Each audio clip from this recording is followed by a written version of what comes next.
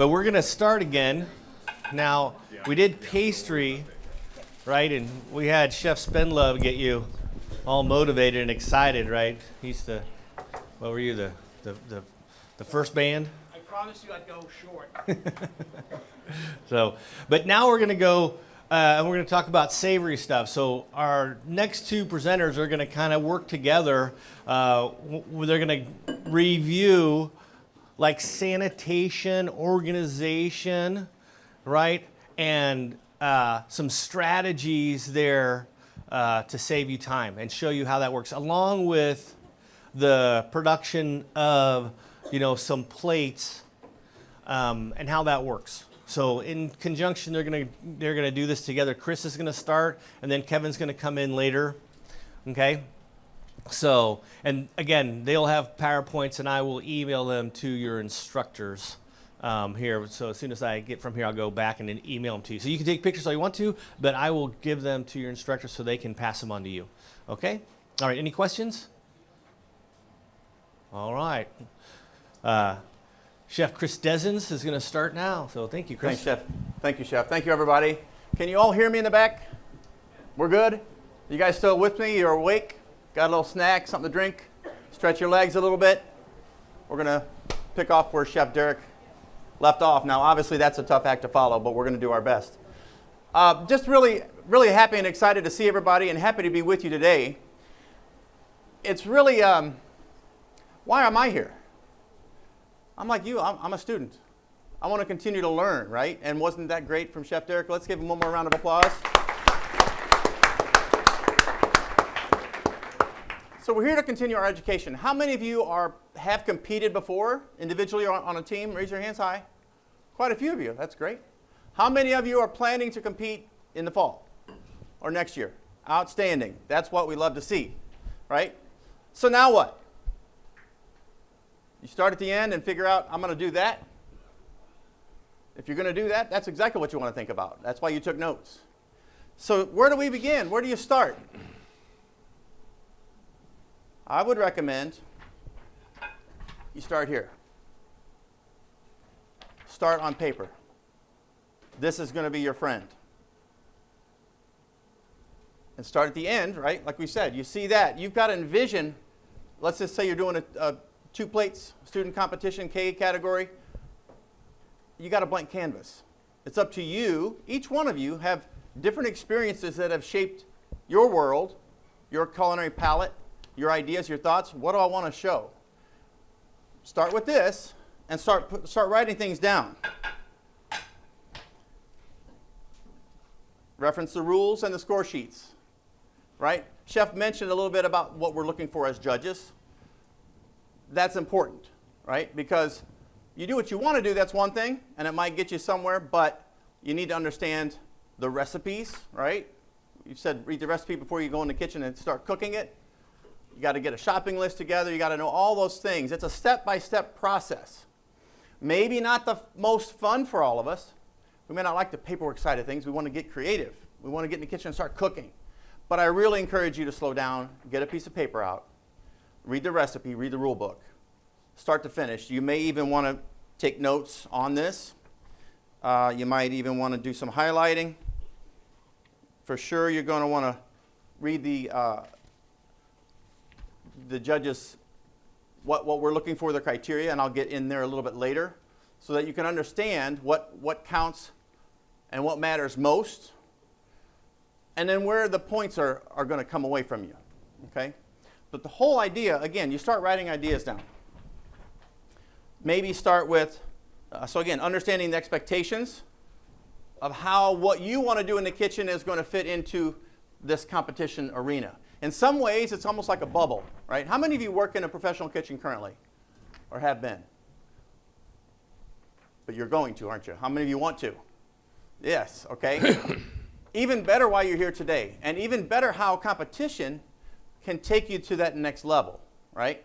That's the whole purpose. It's going to translate what the knowledge that you take from these competitions and this type of situation today will continue to translate in your career, not just in competition.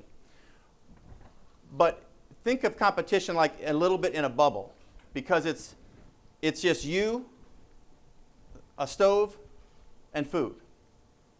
And that's, I don't know about you, when I was in your shoes, I didn't understand the rest of the world, but that kind of made sense to me. I didn't really fit in a lot of other places, but I could fit in with food. It kind of somehow understood me. So I stuck close to it. So you start writing down, okay, I'm looking at my rules. I know I can use a chicken or a game hen, so I'm going to start with that. Write it down. I don't know. I grew up eating, arroz con pollo. Or I grew up eating fried chicken. Or I grew up eating this, that, or the other. What do you know about chicken? What do you know about the makeup of a chicken? When you look at a chicken, have you ever broken a chicken down? Because you understand from the rules, fabrication is part of it. So you're going to have to get a knife in your hand and learn how to break that chicken down. What's next? What goes with the chicken? How am I going to cook the chicken? Right? I have to fabricate it. I have to cook it. What am I going to serve with it? Maybe a sauce. I got to make a stock. Can I bring that stock in, or do I have to make it in the kitchen? That's what those rules are going to line out specifically for you. That's the recipe. So you have to slow down and start there, right? We all live in a world we're scrolling. It just passes right by us so quickly. Slow down, start simple, get out your paper, start writing ideas. Start writing what you know, start writing what you think about. Keep those notes, because you'll scratch it off and refine that process as you go. Keep a notebook, right? I still have a lot of notebooks from when I competed. They're in my basement. They don't do me any good, but I can refer to them. And it kind of shows me, like I said, I continue to learn. Shows me where I started, how I developed, how I continue to grow, how I continue to develop. And that's really what this world of food is great about and brings each one of us. So again, personalize it. Do some research. That scrolling will help you. Once you find something you land on, say, oh, chicken. What can I do with chicken? So personalize it. Make it from your own experience, from your heart, what speaks to you about poultry or chicken or an item like that. Then what? Trial and error. Go cook a chicken. Okay? This is slow, right? It's going to take a little bit of time, right? Like I said, it's just going to be a little bit of a time. It's going to take you time to get where you want to be. But if you slow down enough, take advantage of these building blocks, especially at the point you're at in your career, you're going to progress a lot quicker and go a lot further than your counterparts. Okay? So it's going to pay off for you. But what we're really trying to do is get a blueprint. Right? You're like an architect to build a building. You got to start with the blueprint. And that's really what this will become. Before long, this will be all in your handwriting. There's handwriting a thing anymore? You can still print. It's okay. You might even then take it to a computer. But then you have it. It might be on your phone at that point. But you can keep track. You can take notes. You can add. You can subtract. You can modify it. So again, think about that blueprint. How am I going to get from here to the end? Right? There's a lot to think about.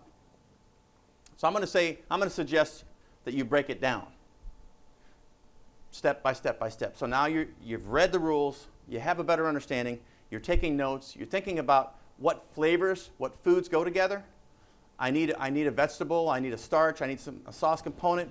And you heard Chef talk about, and you saw him develop those plates with flavors in mind.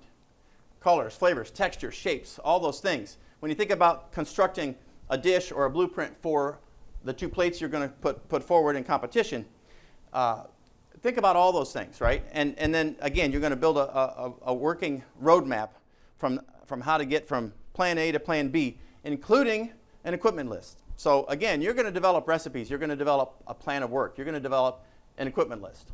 Those of you who have competed probably have already gone through this step, so you understand it.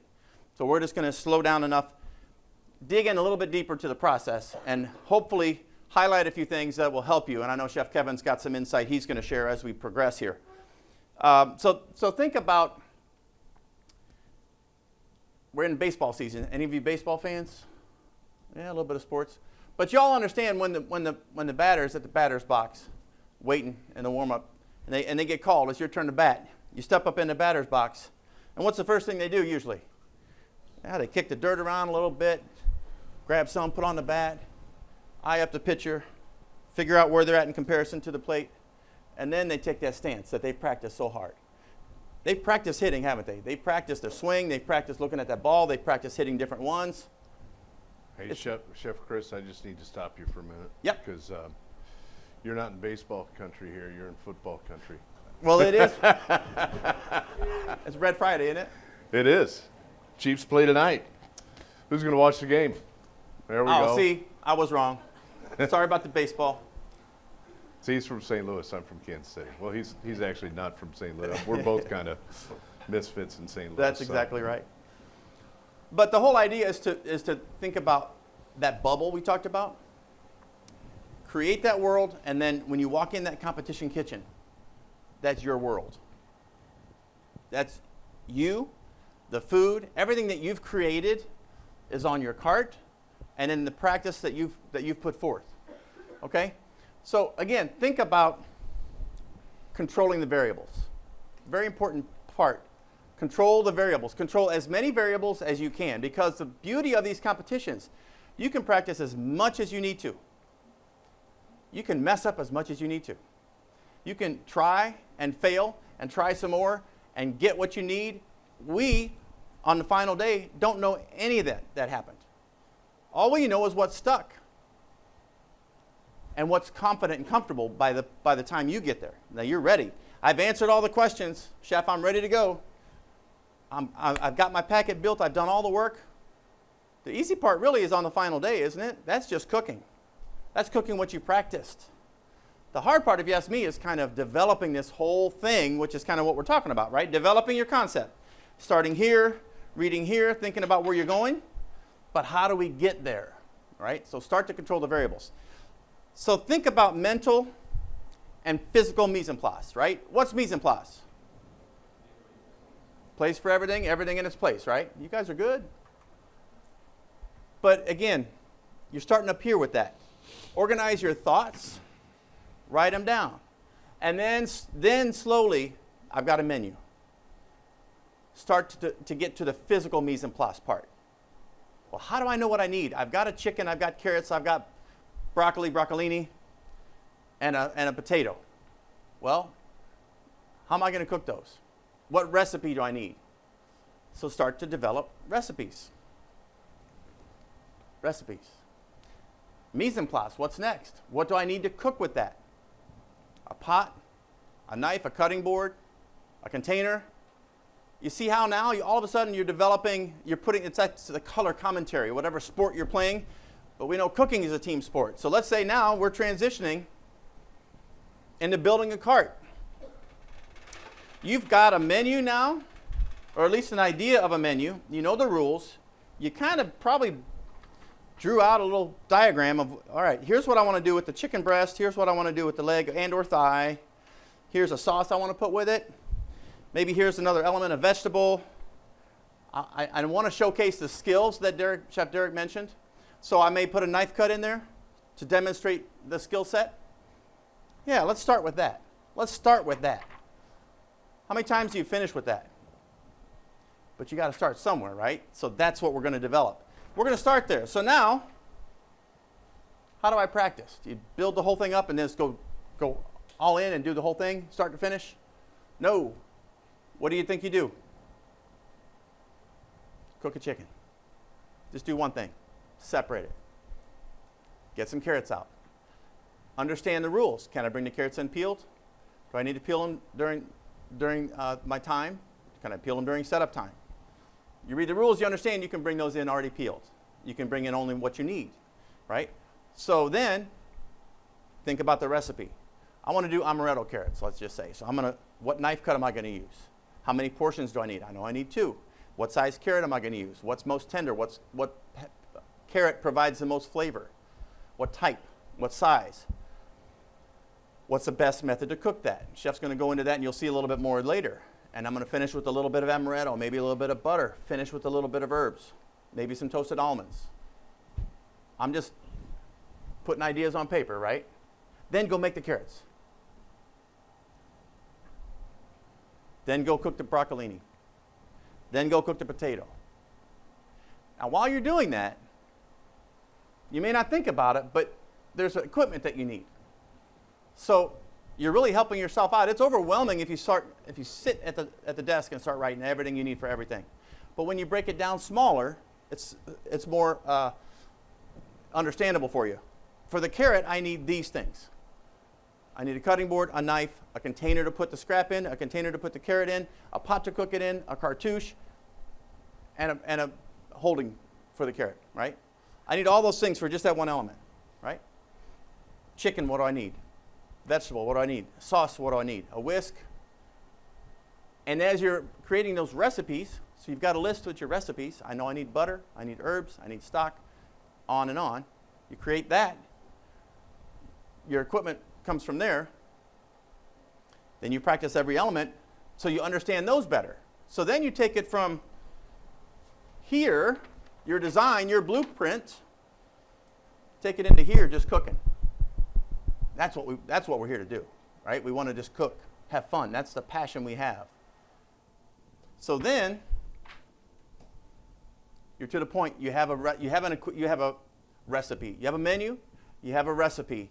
Therefore, you have a shopping list, right? Or your ingredient list. You know what it is that you need. It's starting to. You start up here. You kind of start to define it and refine it. We know cooking is there's a lot of refining in part of that process. So you start to build a cart, which we talk about is mental and physical. This is the physical mise en place of it, right? Well, you enter the bubble, the practice kitchen. Is there a shelf on the bottom? There's a counter on top. You've got your cooler space. How am I going to best utilize that area? Because when you enter the professional kitchen, you're generally not going to have a lot of space. The same thing, you're going to assess your bubble and understand best what you can do to fit within that with your teammates. Because the individual competition is a little bit different than a team competition, right? Knowing what you're going to do, it's just you and the food, right? That's a pretty good relationship and that equipment. But when you add 2 or 3 or 4 other people, it gets a little more complicated. But it's still a beautiful thing because it's all just you guys working together in unison, going in the same direction. And that's pretty cool. That's the team sport that I like about cooking. That's the part the Chiefs are going to show us how tonight. So we're going to start with sanitation down below, right? When you're going to set your bottom part of the cart as an example. And there are a lot of ways to get to the finish line, right? I'm not telling you the best one way. I'm not saying if you do this, you'll get a gold medal or you'll keep all your points. I like to think about building blocks or principles. So, for example, you're going to want to have, if you got a shelf, put your bus tub down. You can even have it labeled. And it could be a metal pan if it's for hot pots. So you might not want to put hot pots in a plastic tub. But you might have a metal pan that you're going to put hot pans in. And you know exactly where that goes. I like to also think about this as choreography, right? Any dancers in the room? Don't be afraid. My daughter was a dancer. A couple of you. Yeah. I'm not a dancer, but I like to think about this as a dance, the part in the kitchen that leads you to the fun part that Chef's going to go over with you in a minute, and Chef Derick got you to the end. There's a little bit of a discipline part. Discipline can be like a bit of a 4-letter word. Well, I got to make all these little things just perfect. Or I got to practice my knife cuts.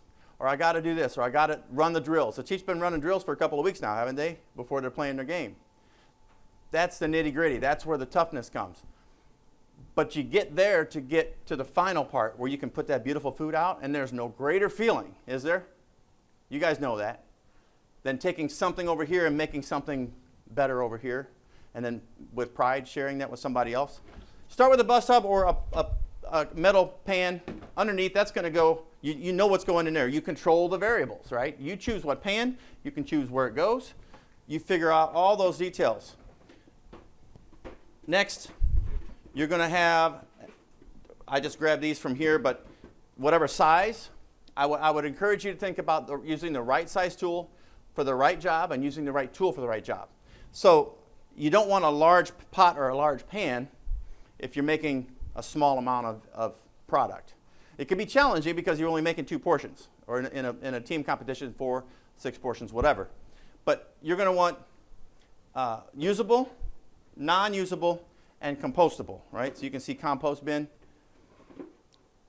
So again, mental mise en place. Off the paper, now you're going and saying, well, off that carrot, what's usable? What's non-usable? And what can I use in composting? If you bring it in already peeled and only what you need, you probably don't have any compost. You probably would have taken that tip when you separated it, and that's already been used in the compost bin.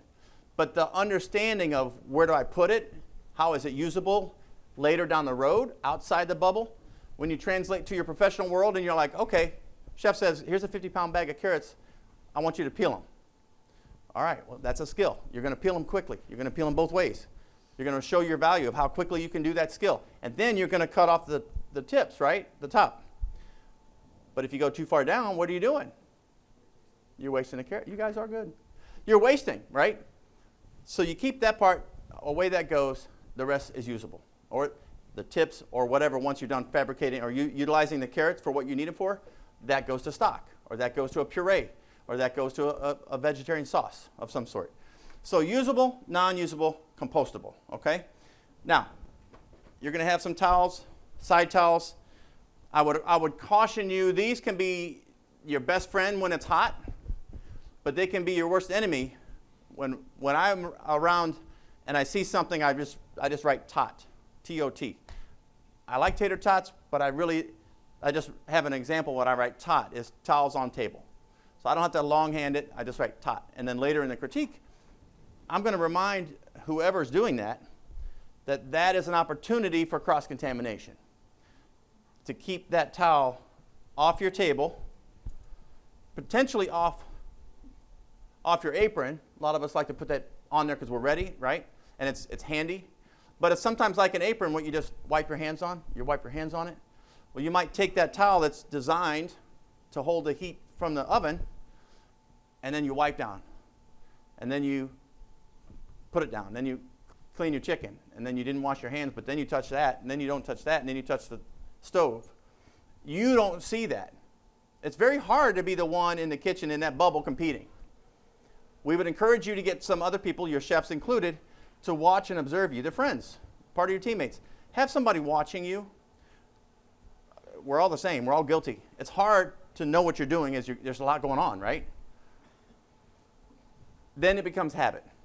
I always say knowing better and doing better are two different things. The knowing better comes from training or coaching, right? Someone's going to help you say, well, no, keep that off of there, right? It's usable for this, not for that. The doing better part comes from practice or discipline, right? And that's how you just get better.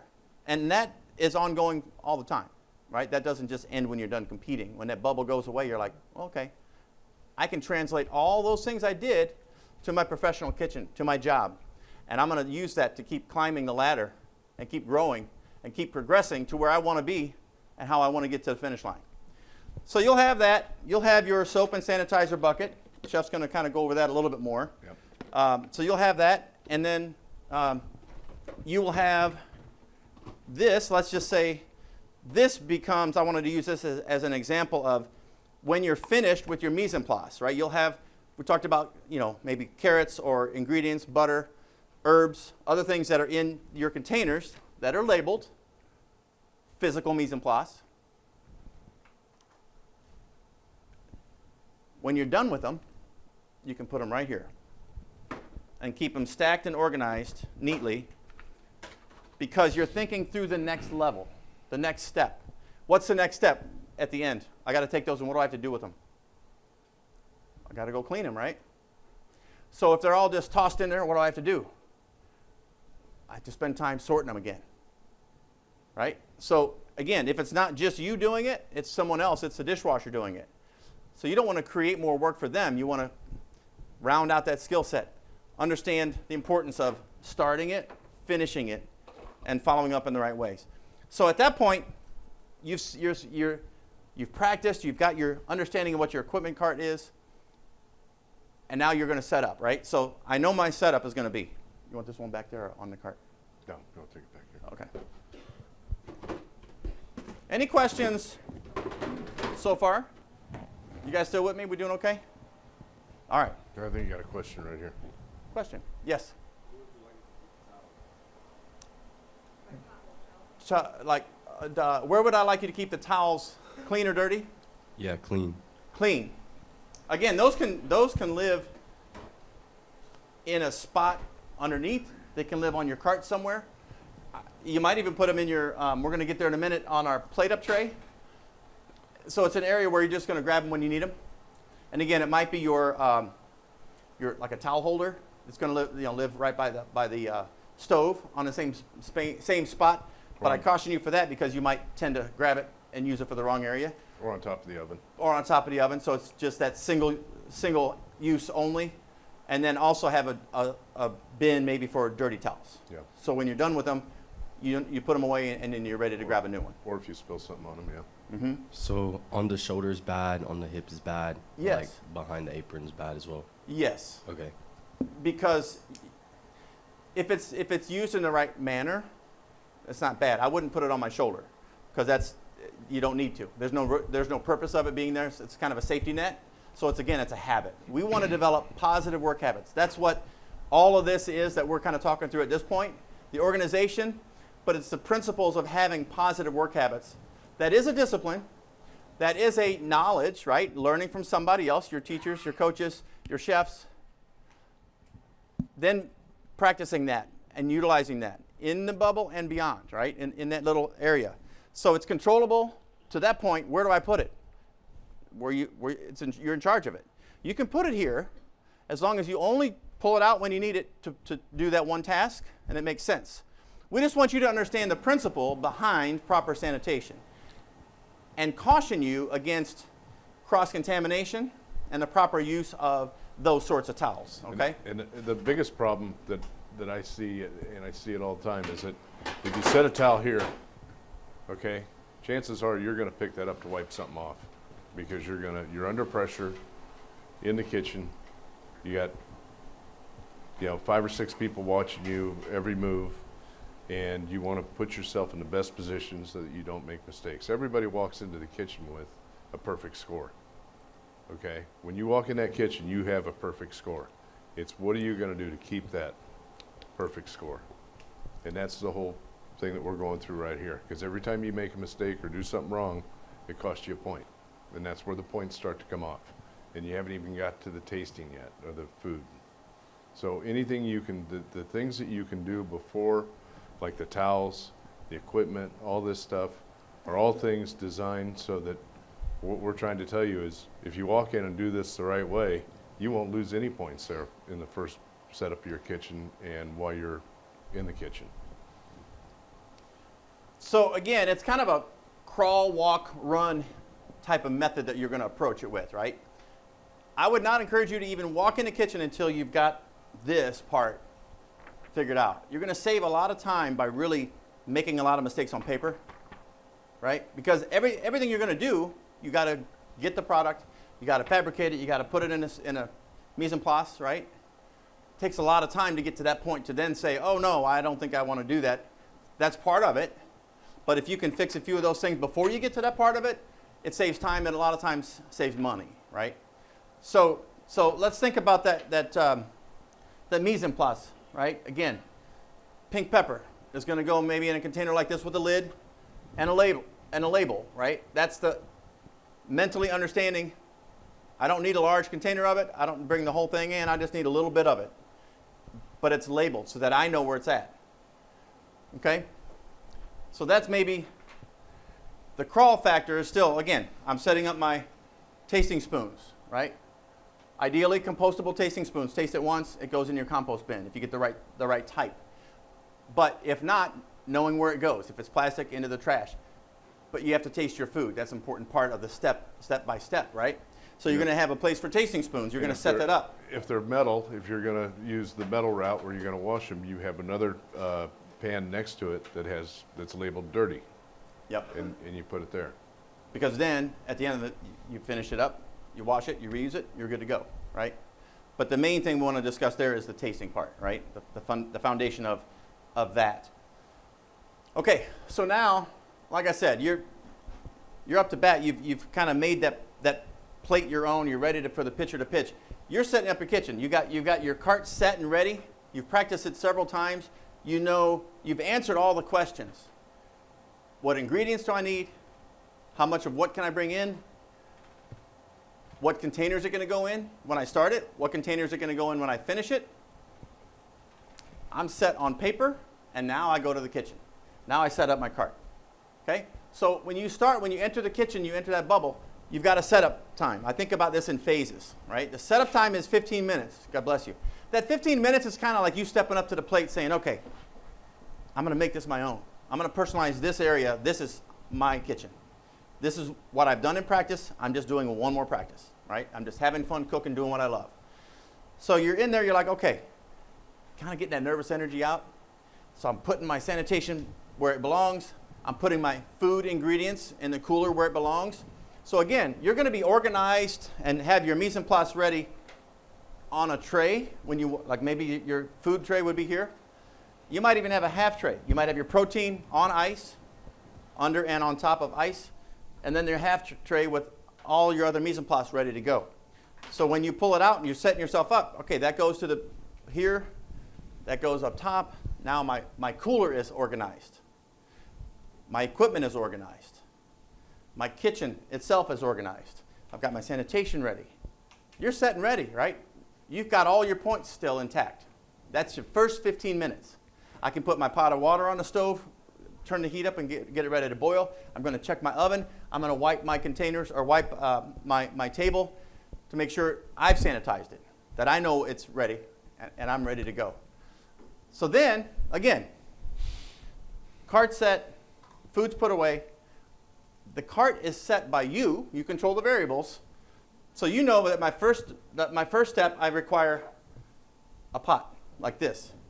That's for my carrots. And then the second step, and I pulled this out, it would still be on your cart, right? So then your second step, you're going to know, well, my second step is for my sauce. And I'm going to have that ready. And this is my final one. I must roast my chicken in there. Again, this would already be on your cart.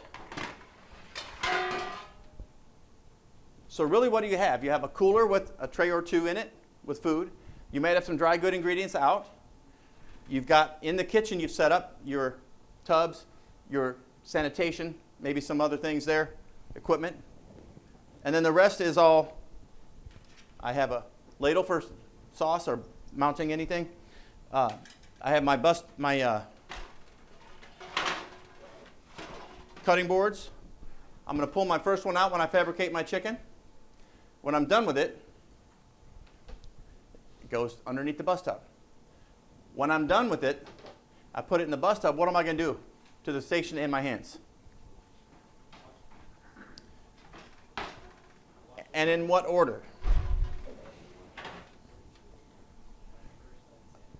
And then wash and sanitize, right? It's a two-step process, especially with proteins. If you're fabricating carrots or if you're cutting carrots or a vegetable and you need to wipe down, you can do that with a single-use towel or a disposable, but you don't need to soap and sanitize after that. If it's not dirty like that, you don't need to soap and sanitize. Definitely after proteins. Definitely clean your station, soap, sanitize, and clean your hands for sure. And then you got another cutting board for your vegetables and your starch and other things that you need. You might have a third one, we're going to get to that now, in your plate-up tray, right? So still, it's a crawl, walk, run. The process is a crawl, walk, run, progressing, but sort of the same thing. You've got that 15-minute setup time. Then you're doing the prep phase. Then you get nervous energy. I'm getting my prep going. I'm doing what I'm confident. I'm comfortable with my knife skills. I'm confident in fabricating this chicken or fish or whatever I'm doing. Now you're ramping up, but that's the prep phase. Then you get to the cook phase. And the prep phase and the cook phase kind of do go hand in hand. And the dance, think about you that have done the team, a lot of you, it's a dance between all of you too. It's a dance that you create, but it's a dance that all of you create together. You can't both be side by side at the stove together, right? You have to work in tandem, in unison. So you got that phase going, and then you kind of break. I'm prepped and I'm cooked and I'm ready and I'm where I need to be. That shifting of gears to the finish line, plate up. wash hands, put gloves on, pull out your final cutting board and slicing knife. If you're going to slice something, have that on your table. Probably put, I know Chef's going to go over this a little bit, probably put a towel on the table if it's a cool table. It can, A, help you have a clear sight of your plates on the blank canvas. It could also help insulate, so you can help keep hot food hot. That's one of those guiding principles we talk about. Hot food hot, cold food cold. So you want to do that, set up your station. And when we talk about mental and physical mise en place, practice plate up as much as you practice everything else. You've made every dish. You've created those dishes. You've practiced and refined those dishes. You know what recipes you need. You know what equipment you need. Now, get it to the last 15 minutes. It's like going to the putting range, right? You don't have to play 5 hours worth of golf to get 30 putts. You just go practice getting the ball in the hole. So a lot of times we don't practice that plate up until we've spent 4 hours getting that, and then we have 15 minutes to plate, 10 minutes to plate, whatever the case is, right? So make sure that on that final part, you've got wipe towels. You might have a first aid kit in case you do cut yourself throughout. Bottom line is this: you're setting up a kitchen that you're not going to leave once you go in there, right? It's your world. You need to feel comfortable. You need to own it. It's your happy place, if you ask me. So I didn't forget anything in the other kitchen. I'm not going to panic. Today's just another day to cook what I've already practiced. I've already answered all the questions. And then when I'm done, I'll get a critique. Anything to add for that so far, Chef? Well, on your last tray there where you're plating up, make sure you're, again, like you said, tablecloth or something to keep the plates insulated if they're hot or cold. And then you want your plates on there too. You also want any finishing oils, any garnishes that you're going to put on last minute on the plate should be on that tray. So that way when you're pulling it out, you're all organized, ready to go. So when you're making, in your prep and cook phase, and you're making an herb oil, have this, because then, you see I just pulled that off, Chef brought that up. I don't need to go think about how do I get that herb oil into here. I've already answered that question. I've already practiced it. I know exactly where it's at. I know the steps to this dance with my eyes closed by now. Herb oil goes in. Hopefully you've made no more than that, because if you had, then you have a container labeled herb oil.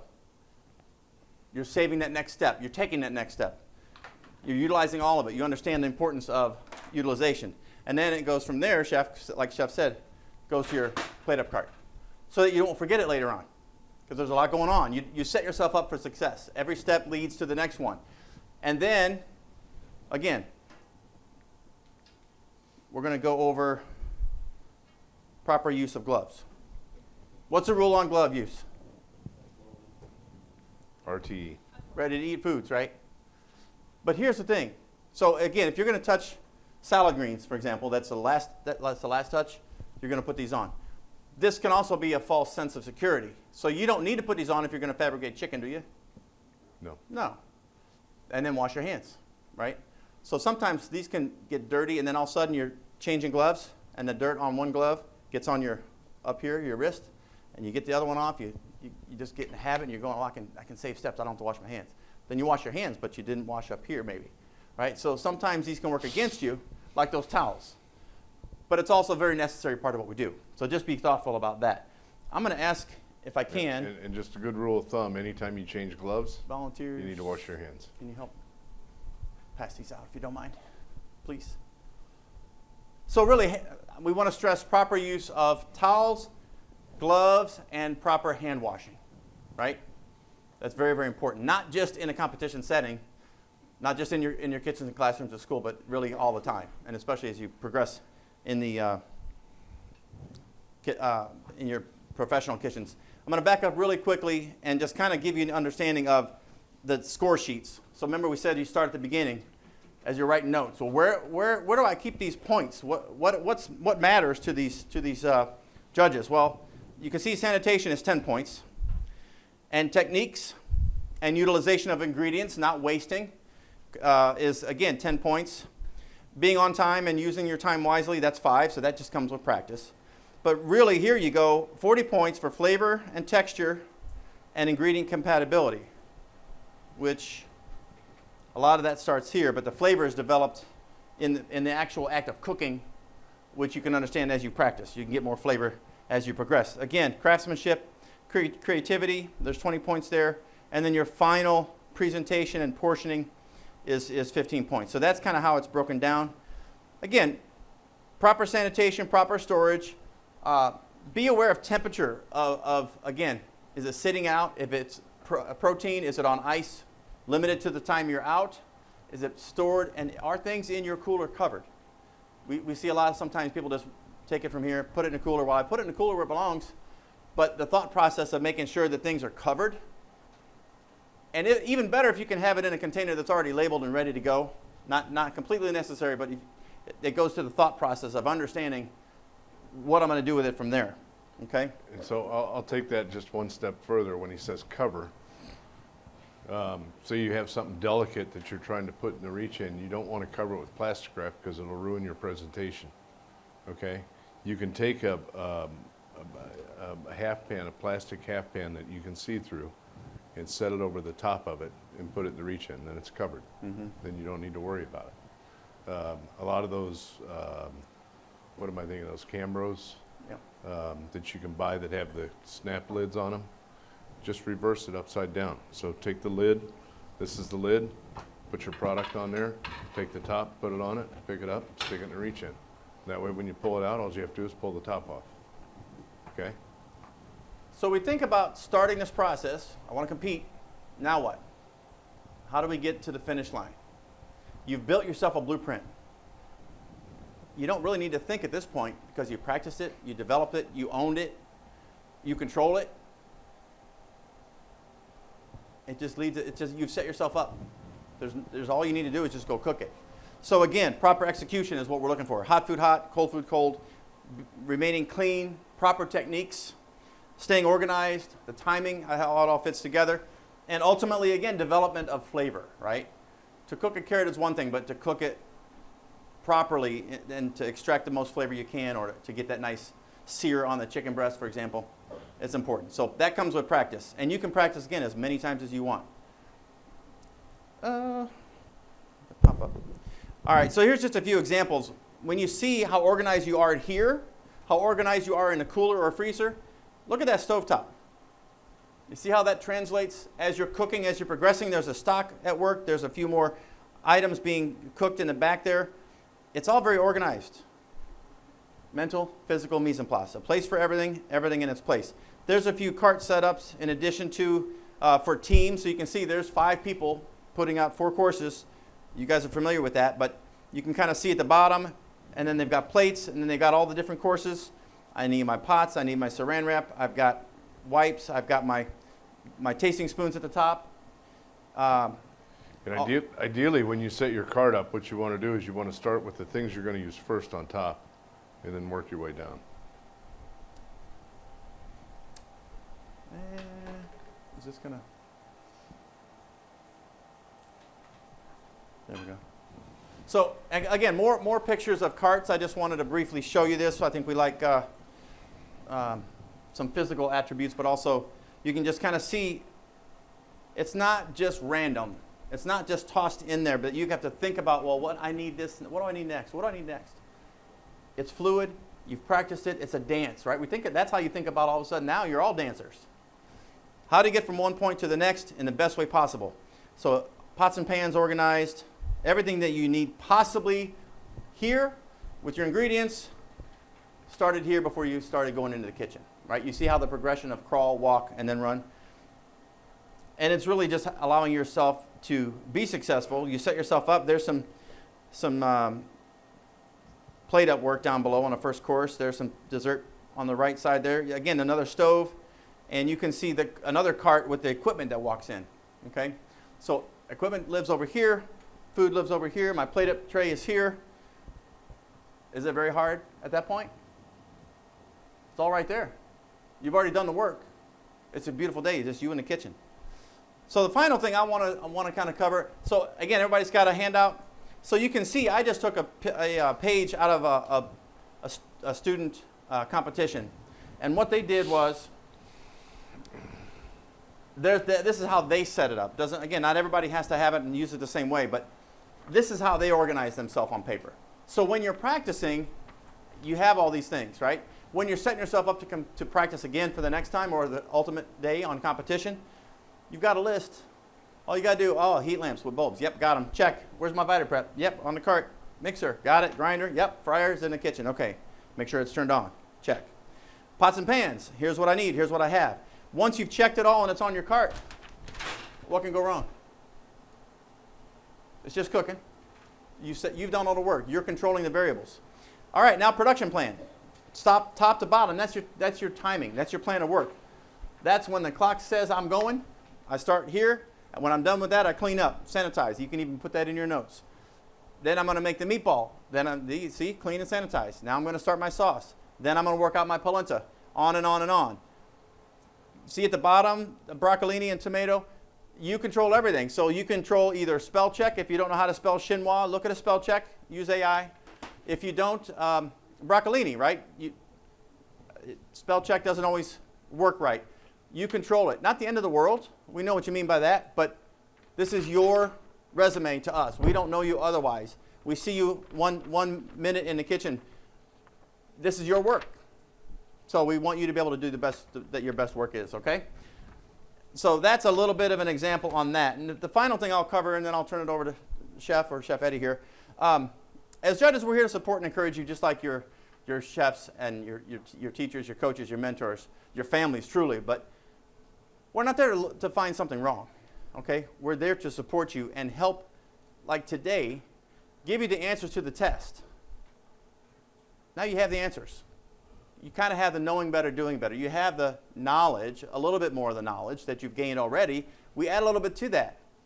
Then it's up to you to go do better. That becomes a discipline. That becomes the positive work habits you develop. That becomes how you create your value to your employers and beyond. So again, we're here to support and encourage and show you things that you've done very, very well. Not just things, if we're not saying, well, you shouldn't have done that with the towel on the table thing. We're not going to do that. We're going to say, rather than that, try this kind of thing. Again, practice properly. Now, you've built a nice blueprint.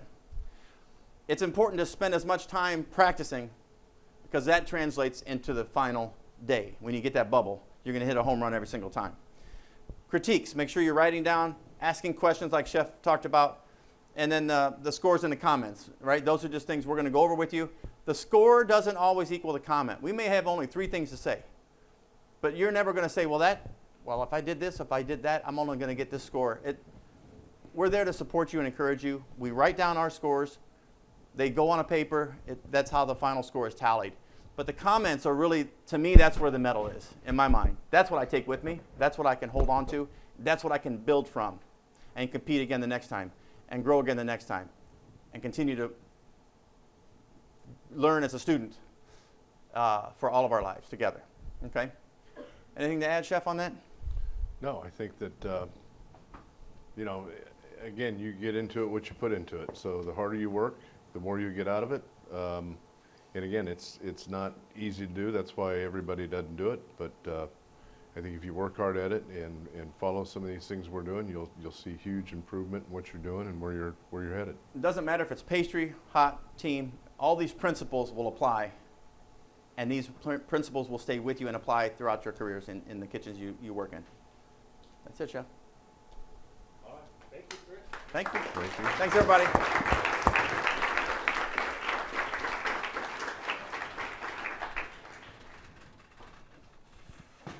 All right, any questions? Yes?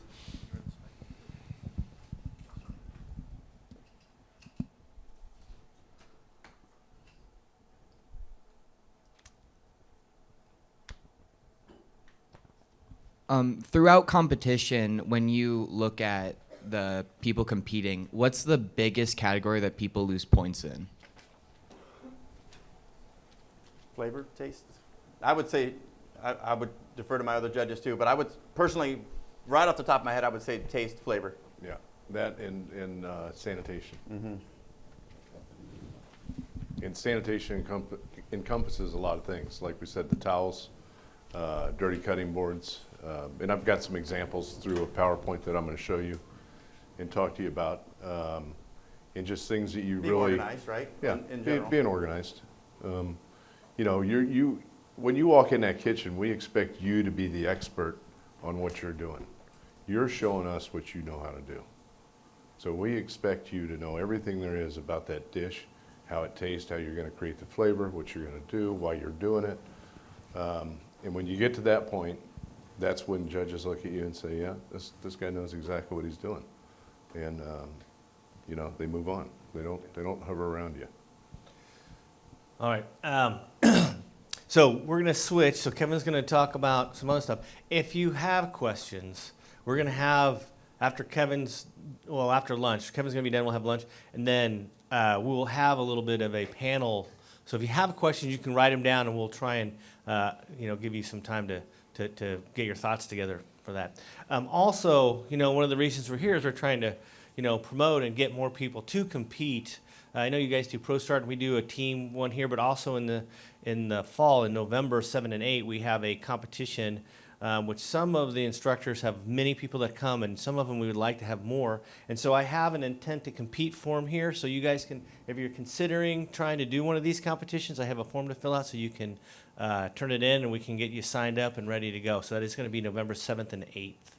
So, okay, all right, and on to Kevin. Kevin, Okay, Storm. perfect, great. Well, I can tell you, I remember the first time that I competed. It was right after I got out of culinary school, and I did this was years ago, but there was a grand buffet, and it was, I had to do a platter it was all cold food, and I had to do a platter for 8, a restaurant platter for 4, a 5-course meal, and something else. I forget what it was exactly. We don't do that anymore, so those rules are old. But I remember thinking to myself, why am I doing this? And I thought, well, there's a lot of reasons why I do it. I do it so I could measure myself, so I could see who I was and how good I was, or how poorly I was doing, or measure myself against other people that were competing as well. I did it to gain knowledge, so that way I could get the feedback from the critique. I could understand what I didn't know, and work a little bit harder next time to do a better job. I also did it to be creative, because I'm a creative type person. I love competition, but I also love to create things.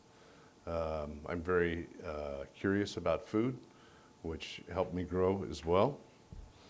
I did it to build professional network, to meet people that thought like I did, that did the same thing I did. And again, I looked at it as a career, and I'm going to do this for the rest of my life. And I thought about a lot of things, and I thought, well, here's one area that I can get into that I can tell you I'm always going to be a student at it, because to this day, and I've been doing this for over 30 years, I'm still finding new ways to do things, learning new things, and being creative about it. So it's a lot of fun. I also did it to, earn recognition, to be rewarded sometimes, by peers of yours that maybe don't know you or do know you, and to have them think highly of you. I did it for potential career opportunities as well, to think about what I could do, where I could go, who I could work for. There was a lot of reasons there to do it. And I also did it to elevate my standard and develop my skills. And that's probably the biggest thing I took away from it, was elevating my standard and my skills. Because it forces you to practice things that you probably wouldn't think about practicing. It forces you to think about food. It forces you to work a little bit harder than the next person, to understand why, sometimes you get in a class and your instructors are talking, and all of a sudden you're kind of like, well, I don't understand why you do that, but I guess I'm going to do it because he told me to do it. But then hopefully maybe further down the road you have an understanding of why you were being told why to do that. Then we're going to go into how we compete. Choosing a category, much like Chef Chris just talked about, is the first way you start. You know, figure out what you're going to do, how you want to do it. Is it going to be category K? Is it going to be an F? Is it going to be a K? You know, so there's some options there as well. Have a blueprint, obviously, a packet, and I'm going to pass this packet around. So I'm also the president of the Chefs de Cuisine St. Louis, and our junior team just went to nationals and competed. This is their packet that they had, and I'm going to pass this around so you can kind of take a look at it. Eddie, I think, is going to post this with his information as well. But that has all their recipes and kind of their blueprint and what they thought about, their equipment listed in there and their plan of work in there. But you can see how detailed they were with everything else they did. They've got a picture of the team, they've got their recipes starting with, they've got their menu written out. And again, when you're writing your menu, think about the flavors that you're trying to say that are in the dish.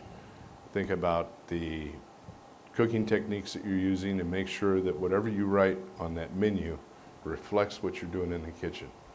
Because that's another area where you can lose points in taste and flavor.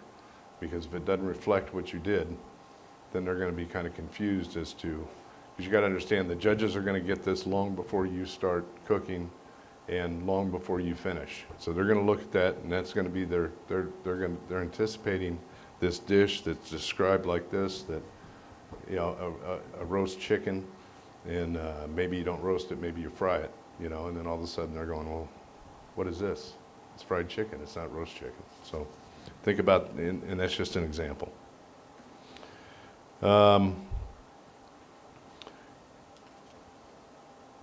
And then we talked about recipes, equipment. I think Chris kind of went over that. So a lot of this stuff kind of overlaps a little bit. So I'm just going to skim through it real quick. And if anybody has any questions, please ask. Make sure your equipment is immaculately clean. I don't know how many times I've gone into judge a competition and somebody shows up and they've got this blender and it's got last week's dish still on it because they didn't clean it. So if you bring something in the kitchen, make sure it's very clean. And again, you know, same thing with your uniform. Make sure your uniform is pressed, it's cleaned, you've got either a chef's toque or a skull cap on, your shoes are shined, your fingernails are clean, there's no jewelry, okay? And there's obvious reasons for that. We do allow a wedding band, but jewelry, like a watch or anything like that, if you're wearing it, again, cross-contamination could happen that way. Something could fall off and get into the food. So we frown upon that. And then I'm going to talk about HACCP a little bit. Does everybody know what HACCP is? Yeah? What is it? Right, hazard analysis critical control point. And the reason that's important is because you control that product from the time you buy it to the time you serve it. And as a judge, that's one of the things we like to see. I know it's not part of the rules, but in WACS it is, which WACS is the World Association of Chef Society. And I think that the ACF is going to be adopting it soon. So meaning that when you come to a competition, you have a protein, you take the temperature of it when you buy it, you take the temperature of it when you bring it into the kitchen, you take the temperature of it every hour thereafter while it's in the refrigerator, on a screen, on a chart that you put on your refrigerator, and then you also have to have the cooking techniques and temperatures that you're going to use on it. And so it also gives you the final temperature of the product when it's finished. So if it was, say, roast beef, you were going to take it up to 120 degrees, you're going to serve it medium rare, you're going to put it in the oven at 325 degrees for 20 minutes, you're going to pull it out, you're going to let it rest 10 minutes, and then you're going to carve it. And at that time, the temperature should be 120 degrees, okay? And then again, always have a picture or a drawing of your dish. So that way you know exactly what it is you've got. When you get into a kitchen, you get in these competitions, there's a lot of pressure on you, especially if you're by yourself or you're with a team, because you don't want to make a mistake. and you're just trying to do your best. And sometimes we get so busy and so consumed with what we're doing, we forget the little things. And those are the little things that end up getting you in the end, okay? If you forget a garnish on a plate, if you forget to put something on a plate that you have written on your menu, that's also a big no-no, because that'll cost you a lot of points. So it's important that you have a picture of your dish. You also have a list of the components that go on that dish, and list them in order that you're going to put them on that plate. So that way when you come to plate up, when you pull out that plate up tray, it's got that picture of that dish on there with that list. Okay, and if you're on a team, then you've got a teammate that's calling out the names of what goes on the dish first, and making sure who's ever wiping the plate or working the pass is making sure that everything's on that plate before it goes out the kitchen. Okay, so that way there's no mistakes there. And you just make sure that the picture that you have on your counter that you're using to plate up with is the same one that's in your packet, because that's another thing they'll look at as well. They'll look at the packet picture and they'll compare it to what you presented. Uniforms, personal hygiene, again, making sure your hair is trimmed, pulled back if it's long, hairnet if needed, clean of facial hair, beard, clean shaven, I should say, is always a positive. If not, you need to wear a beard net or something like that.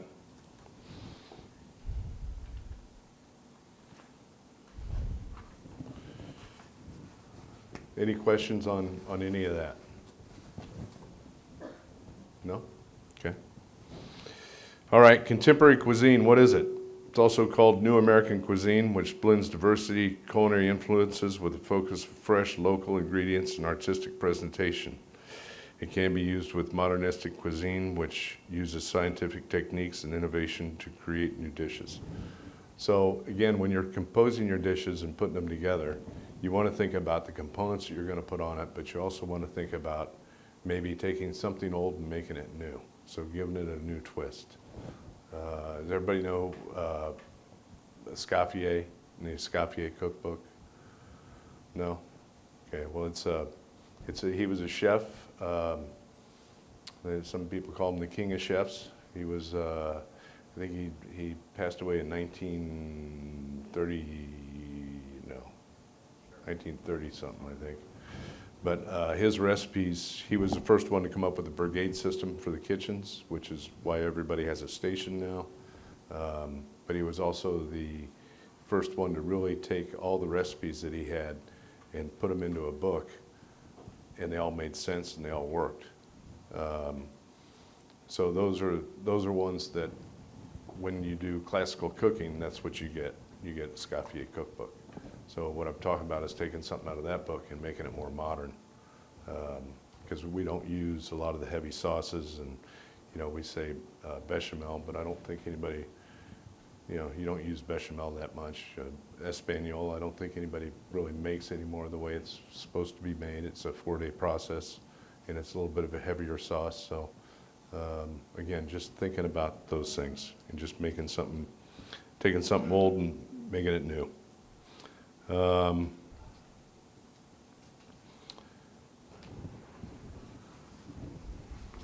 So then the theory of why we do what we do. When we cook, it's about adding flavor. And everything you do to food is, you want to do it because it adds flavor to it. So if you take a chicken breast and you sear it in a pan, what do you season it with before? Do you brine it? How are you going to add more flavor to that dish? What sauce are you going to put with it? How are you going to make the sauce? You're going to use the sauce, you're going to make it out of the pan that you sauteed it in, or are you going to do a separate sauce away from it? So if you do the sauce in the pan, then you're adding more flavor to it, because you're going to get that fond off the bottom of the pan that's going to add more flavor to that sauce.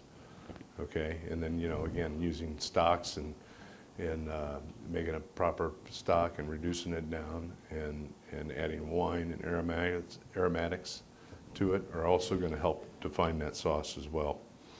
And then when you're roasting food, again, think about what you're trying to achieve. How are you going to get flavor in that? Are you going to add any herbs? Are you going to add bed of vegetables to the bottom of the pan to maybe add some butter to maybe baste that roast as you're roasting it. And then once it's done, you take it out, you let it rest. You take everything off the bottom, you strain all the grease off, and you make your sauce with the fond at the bottom of the pan and the vegetables that the piece of protein roasted in. Also, you need to think about textures and mouthfeel. Again, you want to have things on the plate that are contrasting textures and mouthfeel. So, you know, you don't want to have two purees. You want to have one puree and maybe one piece that is maybe a little bit softer, but it got a little bit of crunch to it. You want to have something that's a little bit crunchier on the plate. You want a sauce that is going to reflect what you're serving. So if it's a piece of beef, you want a nice sauce that has a good beef flavor. If it's veal, a nice veal flavor. If it's chicken, nice chicken flavor, fish, and so on. And then again, you want something that also could possibly be a little bit sour or tart, you know, to contrast some of those flavors. So if you're serving a fatty piece of meat, like a prime rib or something like that, you want maybe something pickled with that to kind of offset that fat a little bit. When you think about food and wine, a lot of times that's what we do. We pick the wines that match the food to cut the fat in the food.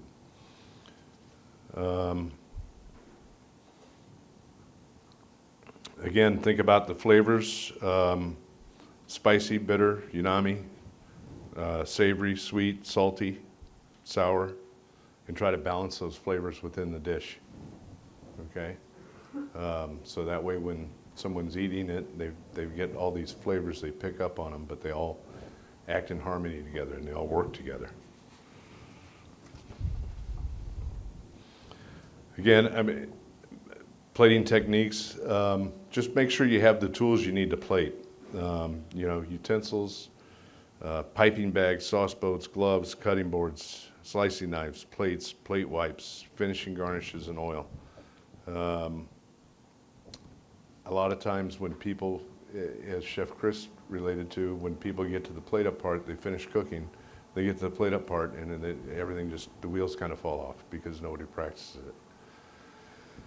And again, that goes back to having your setup cart and having everything ready, but it's also talking about, you know, when you have your starch and your veg and everything else and you've finished it on the stove, where does it go? What do? Do you just leave it on the stove? No, you have a little container, maybe a bain-marie that has pans in it, and you take those things and you put them in that bain-marie, you put a lid on it, you keep it on the edge of the stove where there's a little bit of fire, the water's hot, and that way you get everything ready to go before you start to plate up. All right, does that all make sense to you? And then once you start plating up, again, you pull out your blueprint, picture what goes on the plate, when is it going on, and then you pull your plates out of the oven if it's hot, and you pull your plates out of the refrigerator if it's cold, and you start your plating process, okay? And during that process, you're looking at everything, you've got everything hot, it's all right here, you're not running around the kitchen, it's all right here ready to go. If it's cold, it's a sheet pan or a half sheet pan in the reach-in, all your cold mise en place is there, you pulled it out, you've got your cold plates, you're starting to plate up, and you never have to run for anything. You never have to go for anything. It's all right there. And that's when we talk about choreograph. That's what we talk about. We talk about having everything ready to roll so that way when you're plating up, it's just like working in a restaurant. You know, you go into a nice restaurant, you see the chef working the pass. He's not running around looking for stuff. It's all right there. Okay? And that's what we're trying to get you to, is where you get to plate up, everything's right here. It's ready to go. But that takes a lot of thought and a lot of work. And it takes a long time to get there. Believe me, I wish that when I was your age, I had somebody that could stand up here and tell me all this then, because it took me about 15 years to learn a lot of this. Just of constant competing and competing. So believe me, take what we say to heart and write it down and try to put it to practice, because the quicker you put it to practice, the quicker you understand it and work on it, the more advanced you'll get. And believe me, in our industry right now, we need you. We need you to develop. We need you to get there because this industry is really starving for good cooks and chefs. We need them. When you choose your plateware, make sure you're choosing a plate that fits your dish. You don't want a plate to look overcrowded.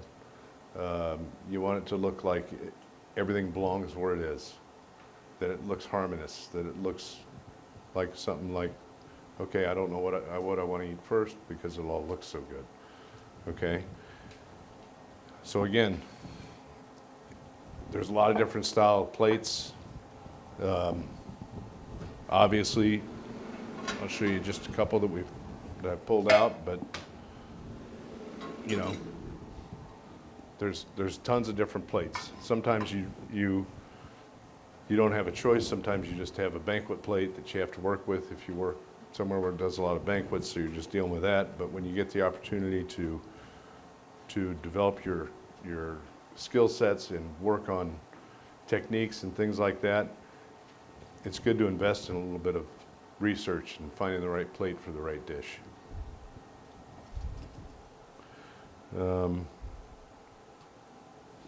Again, look at building height and structure on the plate. Think about those items as well, so that everything's not all flat and that you've got some different textures and heights on the plate and different colors. Think about what you can use to develop those flavors and colors. I know winter's probably the hardest month because everything that is available in winter is kind of brown.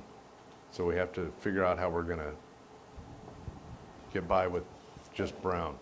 So again, something you can think about is like pickled tomato. You know, tomato's not in season, but if you pickle it, it's acceptable.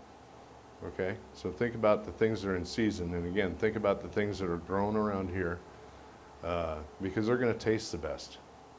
Every time, you know, if you buy something from California, it's traveled, it's probably 10 to 14 days old by the time you get it.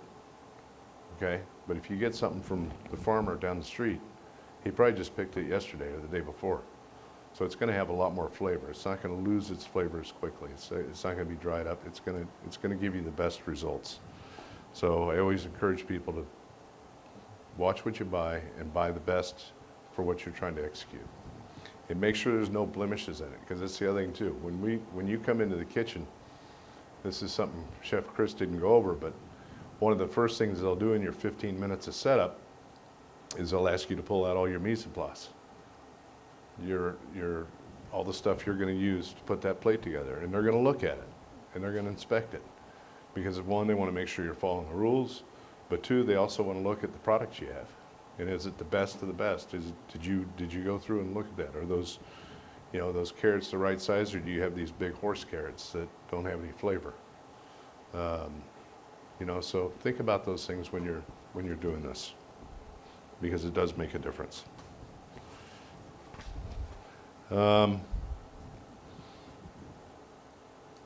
Again, I talked about the plating and just making sure that the size of your plates is appropriate for what you're putting on it, and think about how much you're putting on. So if you're doing a multi-course meal, you don't want your first course to be bigger than your entree. Okay, so you need to think about that. That's why it's important when you're doing a multi-course meal that you put all your plates together and look at them side by side. So that way you can say, hey, you know what? This dish here, this portion's too big. We need to make it smaller. Or you know what? The entree's too small. We need to make it bigger. I would encourage you to maybe not go over like 6 ounces of protein in an entree, and maybe 2 to 3 in a first course, is what I would, rule of thumb that I would give you. And then I've got some pictures of just different plating styles. And again, you can use different molds. That's a little panna cotta. That is actually a dessert. It's got some of those little white chocolate crisp and a little berry gastrique and then some meringues on it, and a little, some flowers. And then that is a little beet salad with some cabbage and pomegranates. And then that is smoked salmon, caviar. And that is a foie gras with a little like Holland rusk, rye crisp underneath it.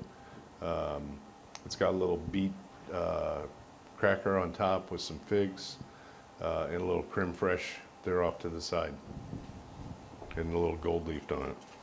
Excuse me, Yep. I got a question. So say you want to go with the meringue idea, right? Could we pre-make those? Because I'm pretty sure those take at least 2 hours to like cook in the oven or like dry out. Will we be able to like pre-make those and bring them here and then like still make our desserts, like dress them up and everything? I have to look at the rules, but I think I don't know. I'm not that familiar with the pastry rules, but I know that I have done like beet meringues for savory, Mm-hmm. and I've gotten them done in like half hour, 45 minutes. All right. You just put them in a low oven and just leave them in there, and just don't pull them out until you serve them. They're still a little soft in the center, but Yeah. they're crisp enough that you can get them up on the plate. One more question, because like I wanted to do like add the flavor to the meringues, Yep. and like say I wanted to go like espresso maybe. How would I incorporate that into the meringues without like messing it up or not? Well, getting it to where- what I would tell you to do is maybe get some freeze-dried coffee and put it in a spice grinder and grind it, and then fold that into your, either that or make a coffee syrup and use that syrup for your sweetener in your meringue. Yeah, I was thinking of a syrup. Thank you. Okay. And then again, just some, a little more modern techniques for plating, and just some ideas that you can look at. Again, there's a lot of nice molds out there that you can use to get a little different look. This is actually the junior team's dessert, which that packet passed around right there. And this is their salad, I believe. And then that is their entree. So with that, one of the things I'm going to do is, go through the carts again, well organized. I've got some pictures of things that are good and things that aren't so good. Competition waste, again, here you can see that all the cups, instead of being in a container to recycle, are in the trash, which is a big no-no. You should only have 5% waste. So think about that as well, okay?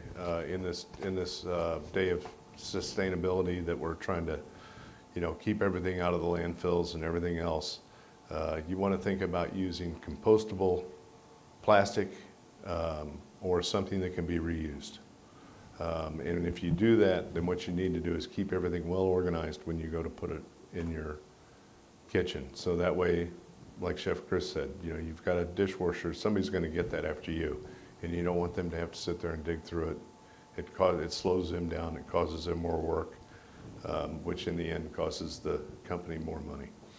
So you want to keep your dirty pans organized. You want to have a separate towel bin. Now you can obviously see the towels are thrown in with that. And the other thing is that you want to scrape everything out. So if you use something and you put something through rice or anything like that, if there's anything left in there, you don't throw that away. You scrape that out of there and you put it in a bin. Okay? You put it in a little container and you put it away, or you put it in your compost, whatever you think you should do with it, depending on what the product is. And then again, if you're making stocks, just understand how you make a stock. And like I said, that goes into the R&D and the research and development, and understanding that fish heads obviously you can use in stock, but the eyes need to be taken out, the gills need to be taken out. You really need to split it in half and rinse it. And the bones should be rinsed. And as you can see, there's still some skin on there, which I think in there you can look and you can see some scales kind of floating around in that stock. And the other part of it is that if you're going to make stock, if you're going to get flavor out of something, what do you have to do? It has to be in the water, right? To get the flavor out of it. So if you've got bones sticking up above the water line, you're not going to get any flavor out of that. Make sure you keep everything clean in your kitchen. Again, you control that kitchen, you control that narrative. And when we talk about, not having towels laying around, same thing with utensils.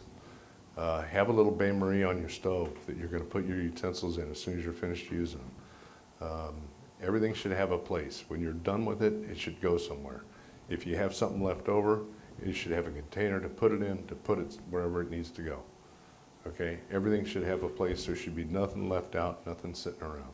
Excuse me. Yeah. One more question. For the cooking part of it, what meats would you recommend using in this competition? Like chicken, fish, like salmon and things? Well, I think what you do is you start like Chef Chris did. You start where you're most comfortable.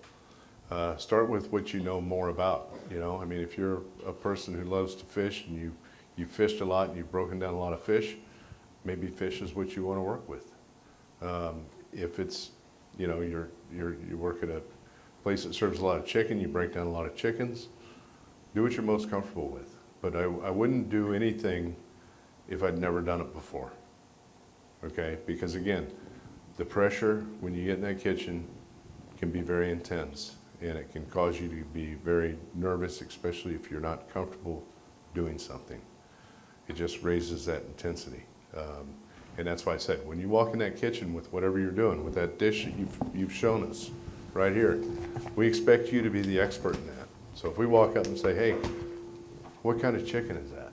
Where did you get it from? How much does it weigh? You should know the answers to all that. Because it should be, when you start practicing, it should be the same chicken every time you practice.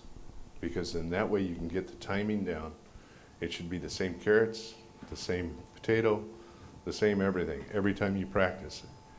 And when you start changing those items, you're gonna get different results. And so every time you practice, you're gonna get a different result. So if you want to be consistent and refined, you get it down to that, that chicken, it's 2.5 pounds, or 2 pounds, 7.75 chicken. That's the size chicken I'm going to use. That works perfect for this dish. I know how to break it down. I know how long it needs to roast. I know everything about it. And so that's what you try to do. You try Chef, Go ahead. adding to that, again, there's a cost involved, right, in everything we're doing. So practicing, you're not always going to get that from other areas. So chicken is a good place to start, because then, cook dinner for the family or whatever. And then to Chef's point, get the same size one. Then all of a sudden you're cooking for family, but you're also practicing kind of at the same time. And then before you know it, you're familiar with chicken. Then next time you compete, then maybe try seafood or kind of progress from there. But chicken is probably the most common place to start. Yeah. All right, so next picture. So can anybody tell me what's wrong with that picture? Again, something on the floor, it's easy to trip over. Think if you've got something in your hands, you're walking across the floor, you don't see that, you trip over it and you fall. So nothing should ever be on the floor. And I'm pretty sure that, I know it's health code in St. Louis, I'm pretty sure it's health code here, nothing on the floor. Again, we talked about cutting boards, proteins. Just another example of a competition that I was at where somebody broke down a chicken, they took their dirty gloves off, threw them in with the chicken pieces that were left over, and just left their board and went on to something else. So you want to make sure that you clean all that up and keep it organized. And again, here's another one where obviously this person didn't know the rules, that they could have those oysters scrubbed ready to go. They don't need to be in the plastic wrap. They don't need to be all wrapped up like that. Make sure that when you bring things in, that they're ready, you're ready to attack them, and you don't have to go through all this fumbling of taking the plastic wrap off and then throwing that away, and then you've got this other container you got to deal with. And again, just think it through. Think it so that it makes sense to you. And then Excuse me, Chef. Yeah. Are there any certain requirements that you need to be in the competition? Are there what now? Any certain requirements? Compartments. You mean are there? No. I don't think I understand the question. Certain requirements Requirements for? to be in the competition. I don't think so. I'd have to ask Chef Eddie. Every competition's a little bit different, but I think that I don't think there's any requirements other than you just follow whatever you sign up to do, whatever category you sign up to do, that you respect that category and do what's asked and try to follow the rules to the best of your ability. So, no, I think anybody can compete. There's no requirements that says you have to be anything. You can be a student, you cannot be a student, you can be a member of the ACF, you cannot be a member of the ACF. Anybody can compete. And again, getting back to knowing what is compost. So there's a lot of things that I've read. Some of them, you know, if they've got these newfangled machines, which I've seen, that you can throw stuff in and they turn vegetables and proteins and stuff into compost in about 12 or 24 hours, you're great. But if you're putting this stuff in a compost pile outside somewhere, it takes a little longer than that to break it down. And if you get too much protein, you put a little bit of protein, but they really frown upon it because the problem is it invites varmints into it, okay? So you kind of want to stay away from that as much as you can. So just knowing what is compost, again, making sure that there's not a lot of bones, not a lot of fat, not a lot of protein. In with the compost is probably the best practice. Again, this is a better setup for breaking down proteins. As you can see, I somewhat disagree with the glove, but he's got the chicken, he's got glove on one hand, which he's using the knife in the other. He's got ice in his pan. The only other thing I would say is that, you know, that pan should fit that area and not be on top of the cutting board. But at least you can see that they're trying to do their best to keep things cold and understand that. And then again, getting back to that, there's just a lot of waste in there, as you can see. And again, that will come back to you if you look at the scores. I think there's a part in there for food waste, and I think it's, what is it, 15 points, 10 points? 10. So it could cost you some points there. And then again, a better spot for the sanitizer, and that looks a lot better right there, ready to be used. And I think that's all I've got on my PowerPoint. Next thing I'm going to do is I'm going to plate up a couple dishes for you. Let me get a couple things. Bear with me for just a minute here while I'm going to do the salad first. Yes?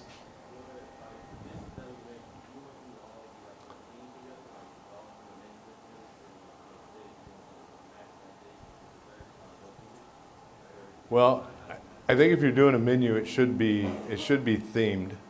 It should all make sense. It should all go together.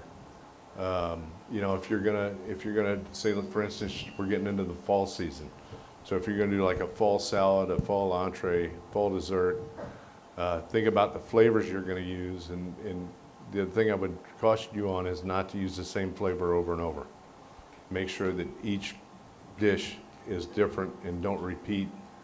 So if you use pumpkin in the first course, don't use pumpkin in the dessert. If you use apples in part of it, don't use apples again. Try to use maybe a pear or something like that, something that's got a little bit different flavor. What? I can't hear you. So, would you want everything to be in like a theme together? Like, say if you had steak and you had like a dessert, would you want them to be together, like match each other? Not match. I mean, obviously you're gonna have a hard time matching a dessert and a steak. But again, think about a steak. Okay, what is a steak? Is it heavy? Is it a light food? It's probably a little bit more of a heavy food, right? It's got a little more, the flavor profile of it is a little more depth. It's a little more robust. So when I think of desserts, you know, I think about maybe something that's going to contrast that a little bit. Maybe something a little bit lighter, not as heavy. Maybe something kind of citrusy or something like that maybe is going to help the palate. a little bit. So that's, when you think about food, that's what you think about. You think about, you know, you wouldn't want to serve this big steak with a béarnaise sauce and this bordelaise sauce and these heavy potatoes, and then turn around and serve this big gooey chocolate cake with it, because it's just, after you got finished eating, it's just heavy, right? So that's, when we talk about food and the composition of it and how you go about it, that's what you want to think about.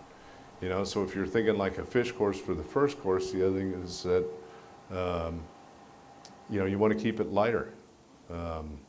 Obviously, fish is very delicate, so you don't want to make a sauce that is overbearing or too much for it.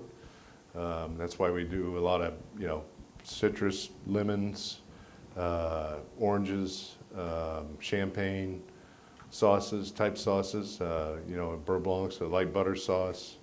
You know, we're not using a big heavy bechamel, which when I talked about escoffier, I know that one of the dishes that I had to do for a CMC test was it was a cod mornay, and it had a thick bechamel with a lot of cheese in it. But you know, and that was just something that was basted. It was put over the top of the fish, and then it was broiled. So it's just one of those heavier dishes. So again, when we talk about first courses, we talk about lighter. So It's not a requirement, but you can definitely theme it if you'd like, right? You could do a Jamaican dish, or you could do a Indian dish. We've seen a lot of those type of things. A Mexican utilizing a mole, for example. So if you do that, carry the theme out, like Chef said. But there's different things that we're looking at, and it's not required to do a theme, but you certainly can. For just I'm gonna let Chef Chris talk to you for a minute. I gotta run up and grab the other part of the salad that I'm gonna do. No, I get it. Questions? Yes. So he had mentioned that he didn't agree with the gloves. Would you get points taken off for using gloves on something other than RTE?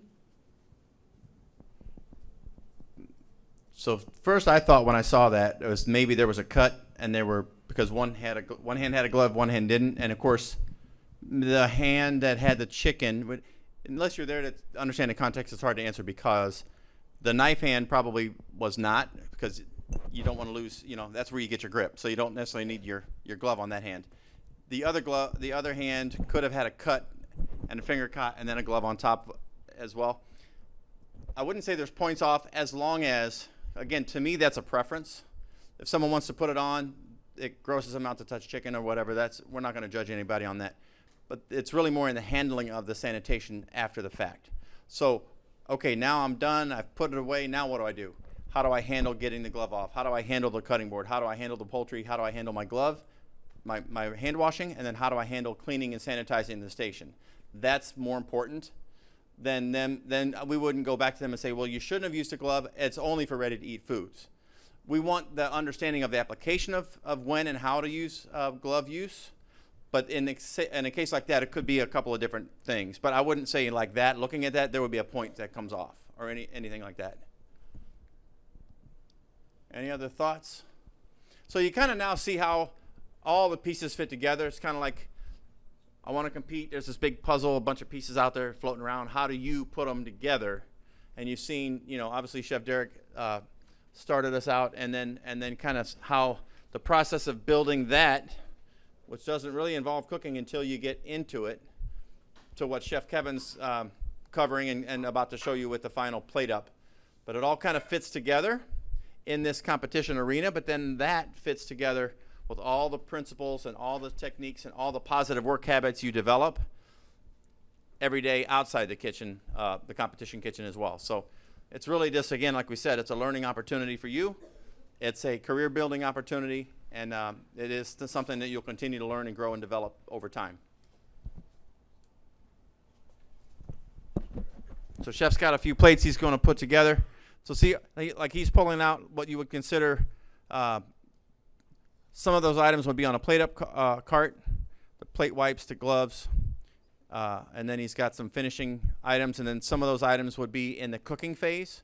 So he would have pulled those pots out from there to there. But again, thinking through the right size, the right tool, he's got a small pan for these two potato dish. He's got a rack. Again, techniques, right? Roasting properly. You've got nice color sear. You've got a nice roast to internal temperature. You've got a nice caramelization on the outside and a nice crumb. But it's on a rack, a roasting rack, so it can be rested properly. So again, resting before you slice it properly is going to be translate to the better flavor instead of everything leaking out. Those are opportunities for you to grow and learn, but also then keep those points because it's going to be a better executed dish. All right, chef, you ready?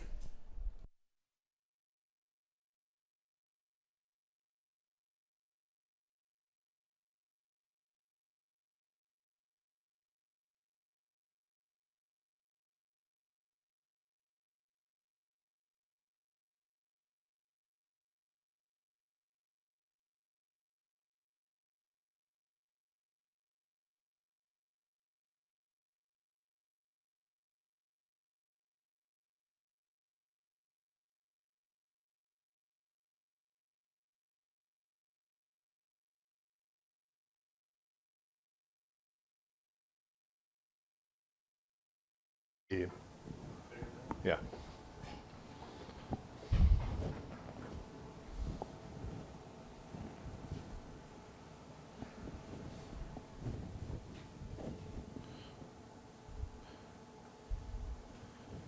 Okay, so the first dish I'm going to put together, I'm just going to do a couple different renditions of it, but this is a mold, obviously. This is a goat cheese panna cotta.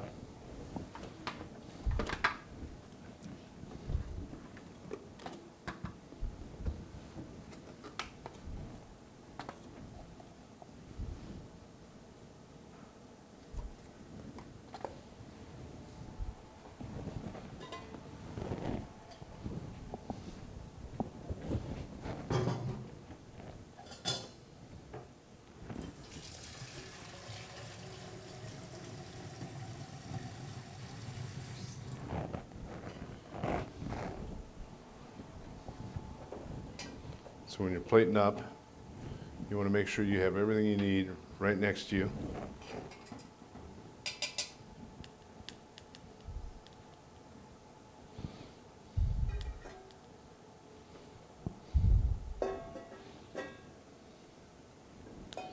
I've got some beets here.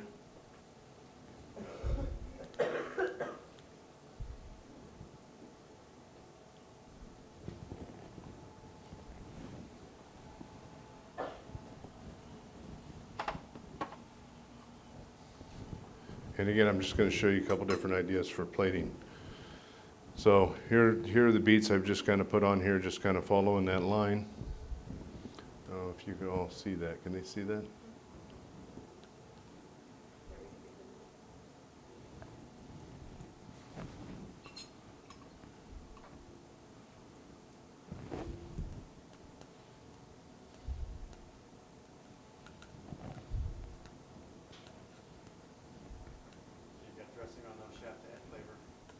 Yes, we'll press the dressing on after we get them on the plate.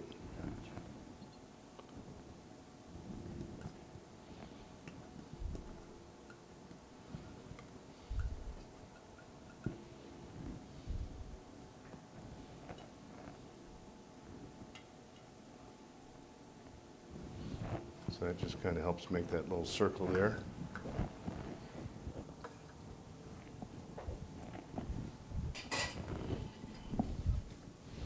Then again, I have some greens here that I did earlier. It's a little bit of bib lettuce, some red oak, radicchio, just some different flavors, contrasting flavors and textures.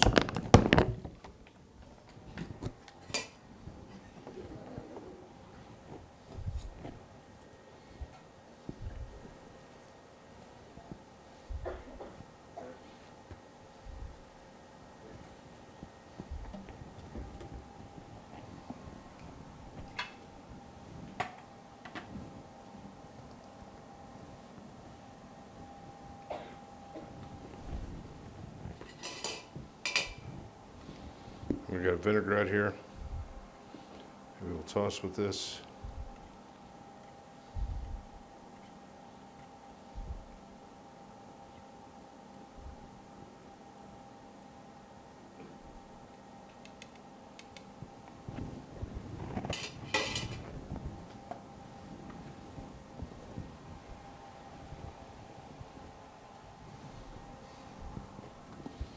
also have a little bit of salt.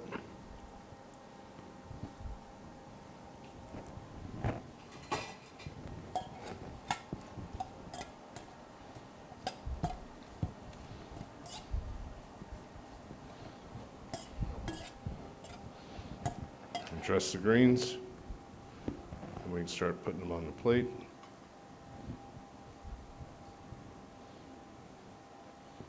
And just start out with a couple of, just little pieces of bib, and then we're just going to kind of fill in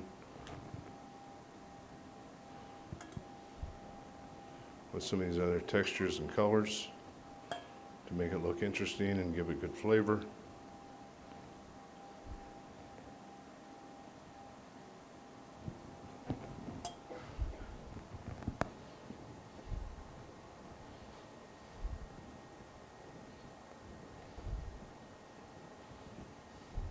Questions? Anybody have questions? Go right ahead. Ask away. So that bay you're working out of, what do you use, utensils? Yeah. Is there water, sanitizer? That is just hot water right now, and I will change that between courses. So it's acceptable to use some from that container more than once? It's acceptable to use it because right now I'm not dealing with any proteins. Okay? So that's why I said when I get finished with this course, I'll change that water, and then I'll just be using it with the entree. So with entree then, is it single-use utensil in there, or? Again, I think it depends on what you're using it for. I think that obviously if you don't want to put a knife in there, and that's the only thing I'm really going to use for the protein. So you really need to think about what you're using it for. You wouldn't want to take, if I was going to do like a quinella fish or chicken or something like that, I wouldn't want to take a spoon out of there and do it and put it back in there, right? I'd want to take that spoon and put it back in my dirty, make sure it got washed and sanitized before I used it again. Does that answer your question? Yes. Okay.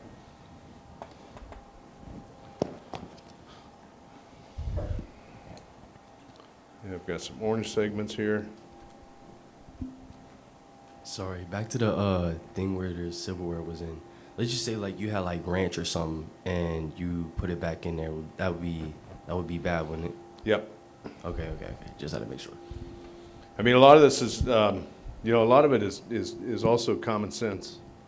Think about what you're using it for, where it's going to go, how it's going to get there. Obviously, and it's like Chef Chris said. Choreograph everything, so that way you kind of have a good idea of where you're headed. So again, at some point, Chef Kevin had a blank piece of paper, and he put these flavors together probably many, many years ago, saying, okay, beets, goat cheese, maybe orange, maybe fennel, maybe tomatoes. But you start to develop and understand what flavors work together and what makes sense together, and then that becomes your portfolio. Then you understand those flavors. Later, you can develop a dish and say, okay, much like Chef Derick did when he designed some of those items. Then Chef said, okay, now instead of crumbled goat cheese, I'm going to make a goat cheese panna cotta, or I'm going to do a warm goat cheese tart with caramelized onions and serve that with balsamic dressing instead. But then he's like, okay, now I can step it up into modern technique, utilize a nice mold, and there's my new panna cotta and my new arrangement on some of those nice plateware that's out there. You could put it on a simple round plate, because ultimately you eat with your eyes and you're going to taste it. But then when you elevate it even further into the contemporary arena, and that's exactly what Chef's got. So You got there now, Chef, a little pickled right onion? now, a little pickled red onion, and I put some candied almonds on there. And I'm just showing you a couple different plating techniques that you can use to get where you want to go.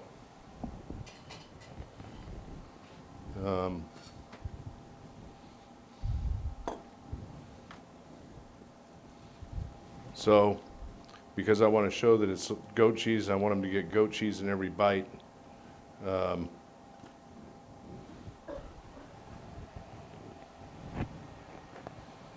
got a little goat cheese here that I put in the freezer.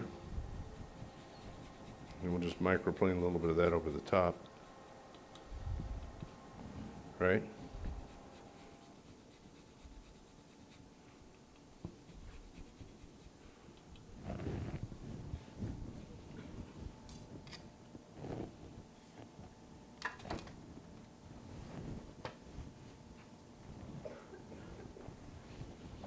And again, just making sure the beets have flavor as well.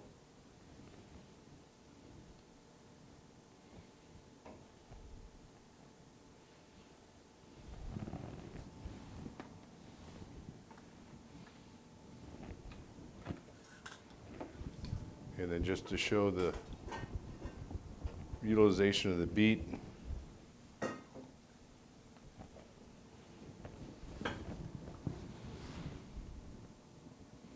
we've got a little bit of beet foam there that we're going to utilize.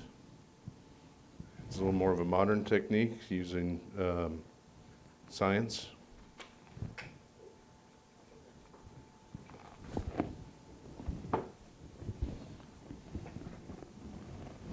Okay.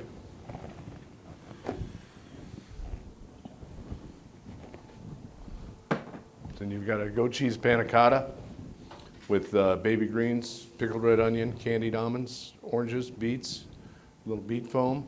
And again, here's probably 2 different presentations of it, 2 different style plates, so you kind of get an idea of what to do, where to look for it. Questions? You probably said and I just missed it, but what did you brush over everything to make it shine? That is the vinaigrette Okay, thanks. over the beets. Yeah, I'm gonna use that. The other thing I gotta do is get that out of there.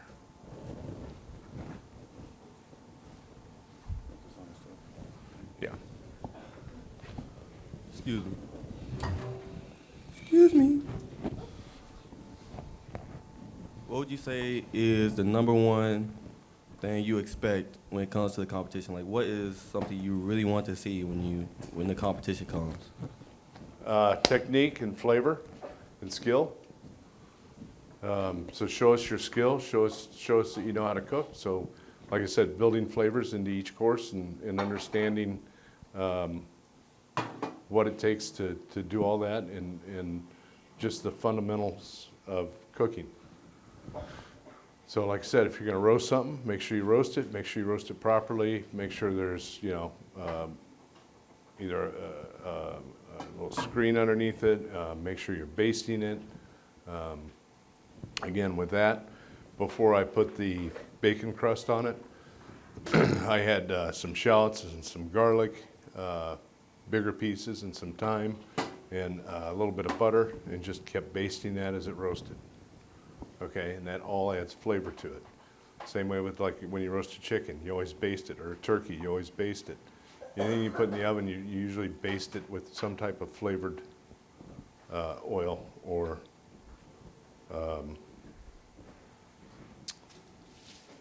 flavoring agent.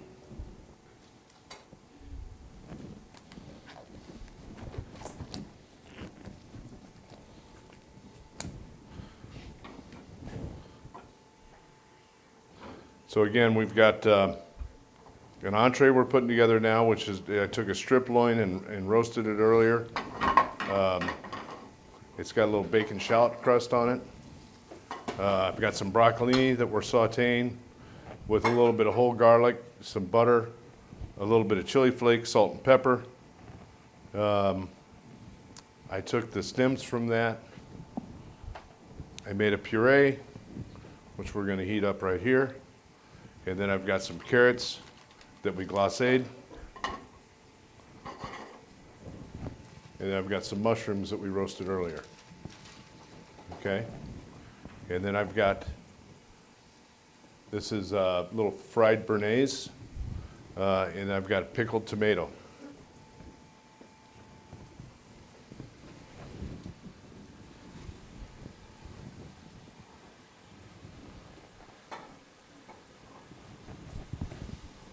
Hey, Chef. Yeah. So I've noticed for, So I've noticed for like the mushrooms and then that other thing, you have that stuff over it. What is the importance of that? Is it? Say it again. I had it what separated? Yeah, you have that. Oh, Yeah, the stuff on cartouche? top of it. I just put that on there to kind of hold the heat in, but the carrots themselves, that's the way we cook them. It kind of keeps the water from evaporating so quickly that the carrots don't cook, and it helps just in the glacé process. So the glacé, there's a little bit of butter, a little bit of sugar, a little bit of stock, usually vegetable stock or carrot juice, either one works, and then you just cook it down until the carrots are done. So as we know, a lot of cooking has to do with senses, right? And again, sight, smell, taste, all those things.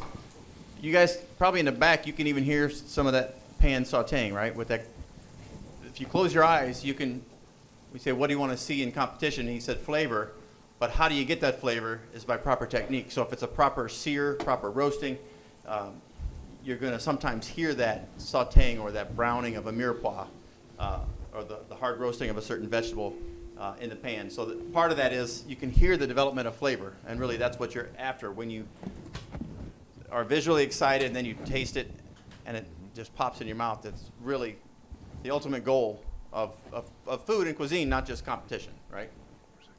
Excuse me. Yeah. What was the process of you cooking that steak or sirloin over there?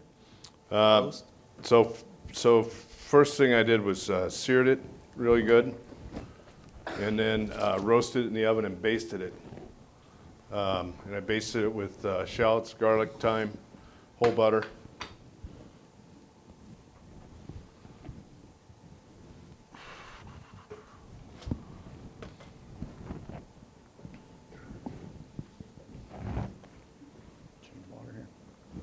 Yeah.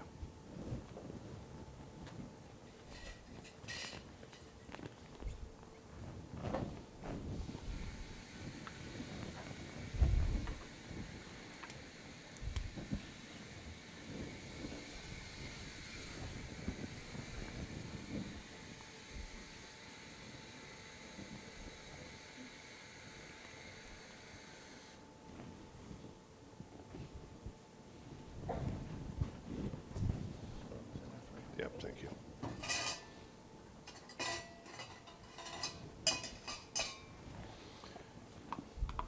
And again, this puree, you can kind of manipulate it a little bit if you want. You could add a little xanthan gum to it. You could add some Ultratex to it. And it would make it a little bit creamier. It'll make it stand up. It'll make it do whatever you want it to do.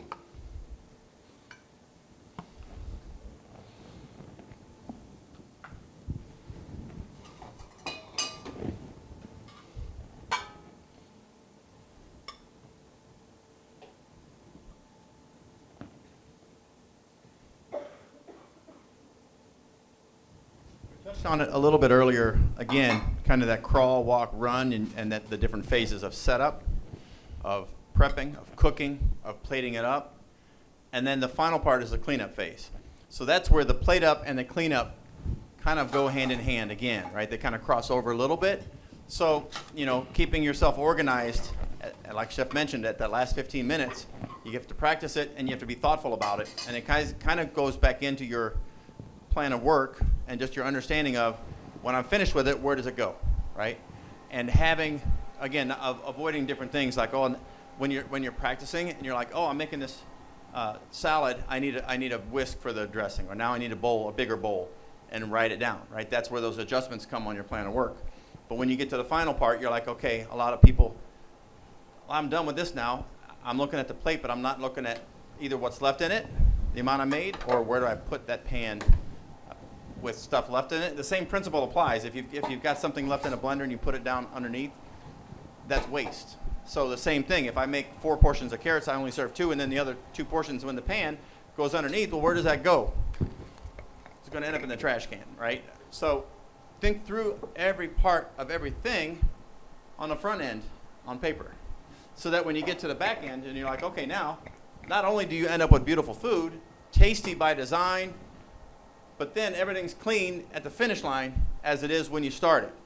right? That's that physical mise en place that we talk about, right? And then, and not just the knowing better part. We know the principles, but through practice and through discipline, that's the doing better part that matches up to it as well.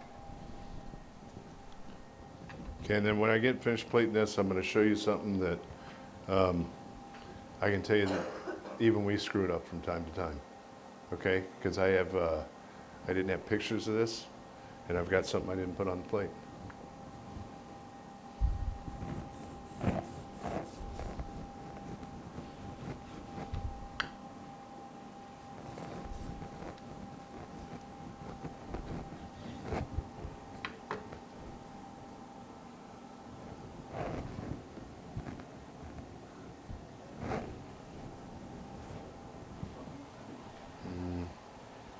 There it is. Got it. So I've got a little bit of finishing oil we're going to put on this, and then a little bit of finishing salt as well.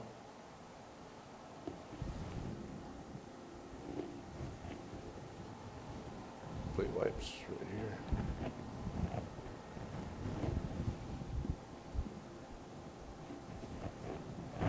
Mentioned earlier about the chef at the pass, right? Isn't up there frantic trying to say, go get this, give me this, grab this. He has plate wipes right there that came. So the last thing you do during plate up is you pull that pan down. You got your cloth on the table. You got your cutting board, your knife, everything you need, plate up wipes, oil, utensils, gloves, finishing, everything you need. And it's right in that little area. And that's the plate up zone. Then when you're done, reload your cart and walk out. There's that 15 minutes, wipe your kitchen, and you're good.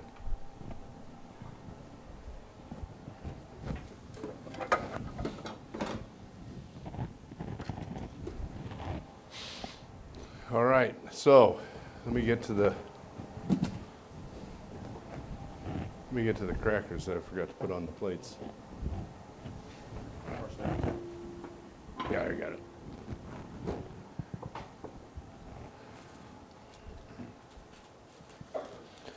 So again, just another way to add a crisp to a salad.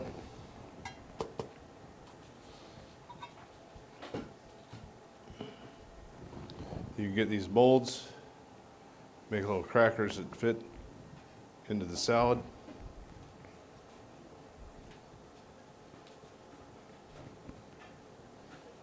And this is just a savory tuile. So it's just egg white, sugar, flour, and if for savory I use a little bit of isomalt because it's not as sweet as sugar.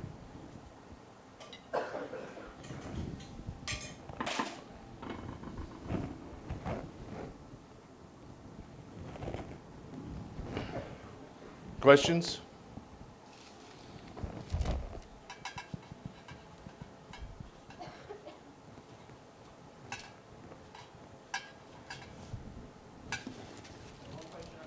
Yeah.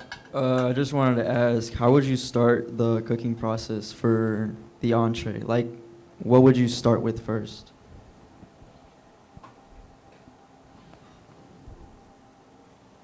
As far as what do you mean? I don't think. Like the cooking. So I would start off searing it. All right. So season it, marinate it, whatever you want to do with the piece of meat, and then sear it. And then once you sear it, then you can, a big piece of meat like that, you're not going to get it seared all the way through. So you just add some color to kind of lock in the flavor and juices. And then you roast it in the oven. And then with your other components? So then you would take, so like whole shallots, cut them in half, garlic, whole cloves of garlic, and some thyme. And in the last 10 minutes of cooking, you would throw a couple tablespoons of whole butter in there along with that, and then baste it like every 2 or 3 minutes. And then pull it out and let it rest. And as you let it rest, take those shallots, garlic, thyme, and set them on top, and then cover that and just let it rest for about 10 or 15 minutes. Excuse me, Chef. I have a question about the green sauce that you had there. What is it and what does it have? Okay, that is the stems from the broccolini, so that we show utilization of all the product. We're not throwing anything away. We're not doing anything with anything. It's the same reason I use the beet foam, because I just took the beets and I pureed them. And then added a little simple syrup to it and a little bit of egg white powder, and then put it in an ISI and added 2 charges. And then you'll need to let it sit for about 10 minutes and it's ready to go. And again, it just shows utilization, so that way when I bring a beet in, I'm using the whole beet. And that's the whole process about all this, is that whenever you bring something in, try to use everything you can. Show utilization of that product, because it's gonna, they won't take points where it says utilization of product. You're not gonna lose points because you brought in asparagus and they were this long and you just took the tips off and you took the rest of them and put them in your reach in. It kind of goes back to the plan of work too, right? As far as when you're prepping your protein, maybe then go back to your vegetables, because get the protein out of the way, clean your station, start your vegetable prep, but you're not going to cook the vegetables at 20 minutes in, because then what do you got to do? You have to hold them. So you have to touch them more than one time. Yeah. So it might make sense as you develop that plan of work to prep all your vegetables early, put them away, and then later, like Chef did, then he brought it out, finished it. So you might, if you want to cook those carrots 5 minutes in right before your plate up phase, put it on it, because you'll have practice that you know how long it takes you to cook it. Then you're ready to plate. You don't have to move it twice, 3, 4 times, right? Okay. So that's the efficiency that you want to get to. And again, that's what I talked about when I said, having that pan here with all the spots in it, so if you got a pan here and it has 3 or 4 inserts in it, and you got your carrots glacéed, they're ready to go, you put them in here, you put a lid on it, put it back in that bain marie, do the same with your broccolini and everything else, but you want to do that right when you're getting ready to plate up. So you want to do it before your window opens. Preferably right when your window opens, you're just finishing putting that stuff together. Okay, and so then you can start plating up. And by that time, your plates should be in the oven, heating up if they're hot, if you're doing a category K, and your protein should be resting, so that when you go to carve it, it doesn't bleed out all over the plate.